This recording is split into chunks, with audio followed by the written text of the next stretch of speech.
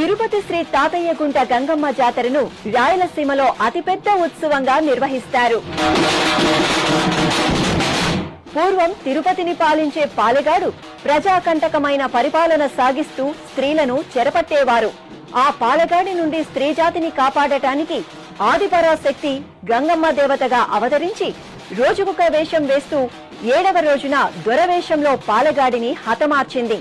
దుష్ట శిక్షణ చేసి శిష్ట రక్షణ చేసిన గంగమ్మ తల్లికి అప్పటి నుండి జాతరను నిర్వహించడం సంప్రదాయంగా వస్తోంది.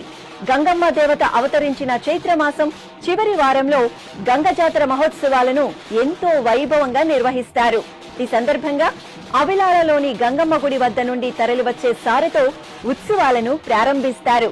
గంగ జాతరలో భక్తులు చిన్న పెద్ద అందరూ వివిధ రకాల వేషధారణలతో అమ్మవారిని దర్శించుకుని మొక్కులు చెల్లించుకుంటారు.